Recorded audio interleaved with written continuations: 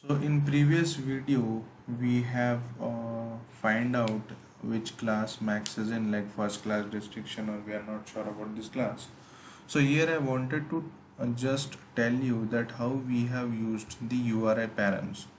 So first of all, our method was get, and we are just using one more uriParam. So this you can say as a uriParam, like we have hit it and we had checked the output, like 60 if we do we'll get first class, if we do 75 we'll get a distinction, like that. So this is like this is a uriParams.